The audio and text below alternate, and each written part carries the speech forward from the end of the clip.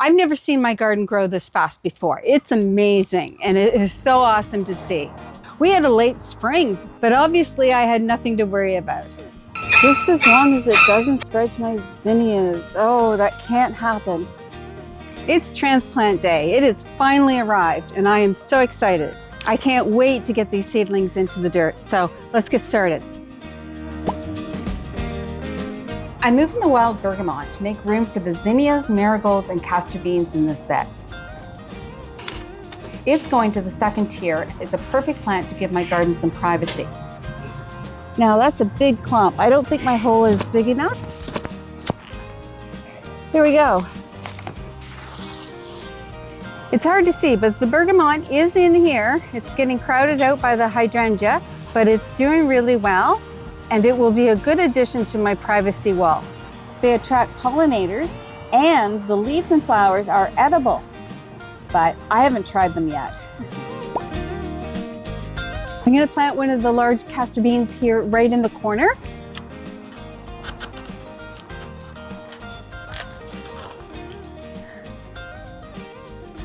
Looks like it's got really nice healthy roots, so that's a good thing. So we got the first castor bean in. Germination was really slow this year, but they're finally catching up. These are my castor beans from 2018. They were massive, but they didn't meet my record of 11 feet 4 inches in 2020. So the marigolds look amazing, and I'm going to put them right here. In this area is all the zinnias, so I think that'll frame it out quite nice. That's the echinacea, which will come about here. These will come about here, and this will hopefully go maybe 12 feet this year. No, it's too late. Where's my...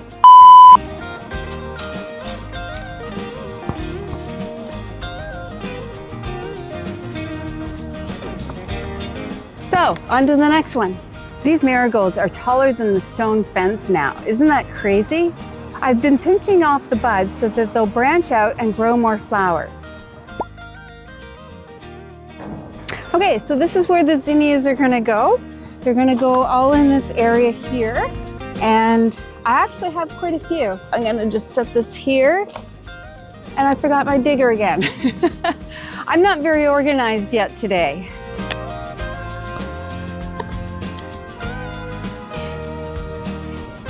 These. This one looks really healthy. Nice white roots, and the leaves are nice and firm. It's actually coming back to life. The top looks really good. Just a few dried up leaves here at the bottom, but I'll cut those off after.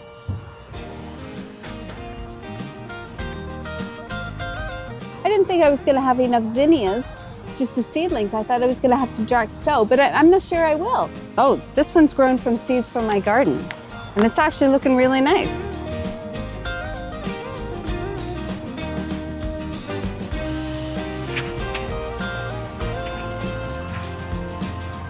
I am so relieved that my zinnias are healthy and thriving out here, especially after my big oops of overwatering, and then they got hit by white fungus, but they've come back and they're doing really well.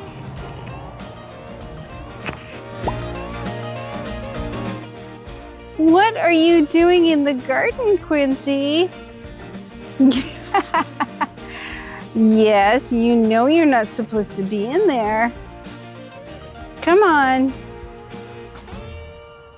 You look very cute in there, but you're gonna trample on my plants. Quincy, come on. No.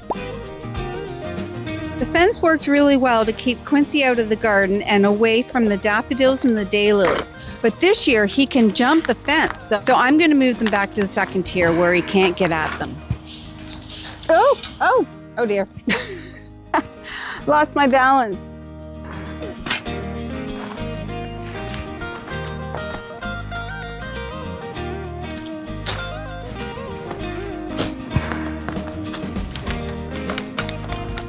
All right.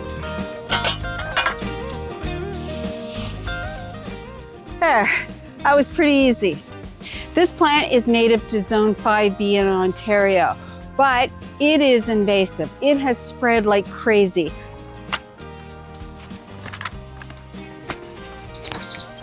See if I can pull that out. I don't want this plant. It is very invasive and I'm not putting it back in my garden. It's going to the garbage. I'm sorry, but this is just way too invasive. This is the toxic daylily and it did not handle the move at all. And the daffodils aren't doing much better. Oh my goodness, my swamp milkweed is blooming. I didn't notice that the other day. It must have just happened in the last day or two. But that is so awesome. Oh, monarch butterflies, come and visit me again. Last year was the first year I ever had them in my garden, and it was all because of the swamp milkweed. So I wanted a bigger stand this year. So I winter sowed some seeds, and I just picked up some seedlings from a native plant giveaway. So now I'm going to have a really big stand of swamp milkweed. Here's a couple more natives that I got. I planted them about a week ago and they're still looking pretty droopy, but they're going to bounce back pretty soon. I have a plant for you, hairy bird tongue. Look at that. Weird name, but it's really pretty. And I'm going to plant it right here beside the irises. Right.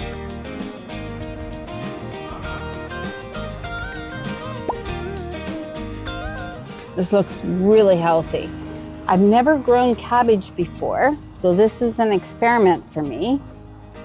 Look at these cabbages. They are massive and they are crowding out my peas and my lettuce, and that's not good. So I have a couple of choices. I can remove one or I can just cut some leaves off, and hopefully that'll give the others some space. So I'm gonna start with that, and if it doesn't work, then I'll remove one and give it to my neighbor. I have heart endive, arugula, and then I have the mixed green leaves, the mixed red leaves, some leaf lettuce, butter crunch, and black-seeded Simpson. This is the full heart Batavian endive. Not sure if I pronounced that correctly.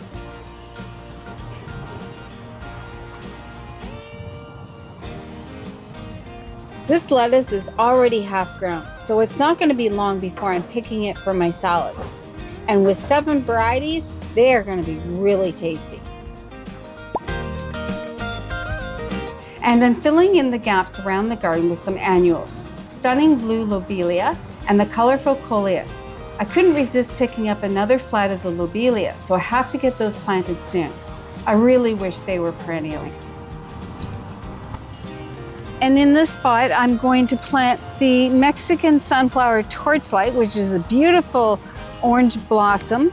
I'm overseeding again because I've had bad luck with germination of sunflowers, and I want to make sure I have some of these beautiful varieties. And that should do it. The blue lobelia and coleus are starting to fill in the spot really well. And I'm so glad the squirrels haven't got my sunflowers, at least not yet. I'm afraid my phlox has got infected with powdery mildew. Look at this. Oh, it's disgusting. All right, there. Like, look at the white. Oh, it's awful. This one's really bad. Okay, so I'm gonna try to cut off I'll just pull the leaves off.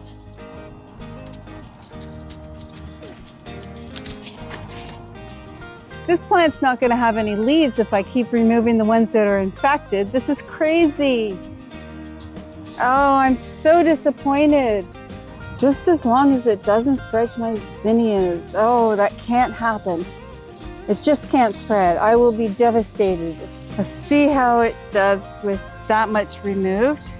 And I'm going to transplant a couple of these zinnias out further so that they're not as close to the phlox, because I have to make sure that my zinnias do not get powdery mildew. This just cannot happen. Challenge is to not step on any zinnias. Okay, and there's 2 back here that are way too close. They're forecast zinnias. Oh dear. Oh, they've got big roots. I want to move that one. And I want to move this one.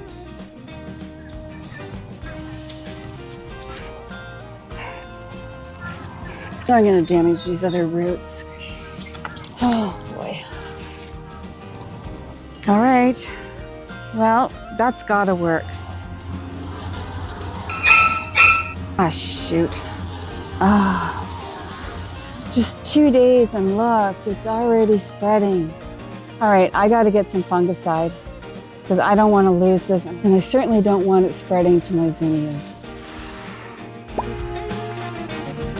It looks like Quincy's checking out the cranesbill flowers, but I know he's just waiting till I turn my back so he can jump the fence.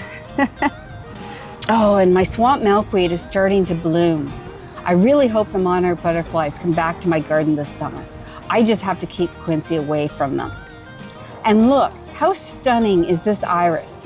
I just wish the flowers lasted longer. And over here, this hosta has already bloomed. It's so pretty. And I can see some buds on the echinacea and the coreopsis, so it won't be long before they flower. Yes, I'm so happy. Ah, my garden is starting to flower. This is so awesome. But hold on, there'll be a lot more by August, and I can't wait to see my garden in full bloom again. My garden is full of my favorites, classic perennials, vegetable staples, and Ontario Zone 5B natives. And I made it safer for Quincy. Well, I still have to put up the fence, even though he can jump it now. I still have to deal with powdery mildew and prevent it from spreading to my zinnias. But my tiny garden oasis is starting to bloom, and there is nothing better than that. But I need your help. Does fungicide actually work? And I'm wondering if you have any tips or tricks that you could share with me on how to eradicate or at least control it. I'd really appreciate it, thank you. Next time, I'm replacing dying and invasive burning bushes with native and disease-resistant Ginger Wine Ninebarks shrubs. Watch the reality of digging them up with just a sawzall and a shovel. Yeah, it was quite the experience. Oh yeah, that happened. Oh my.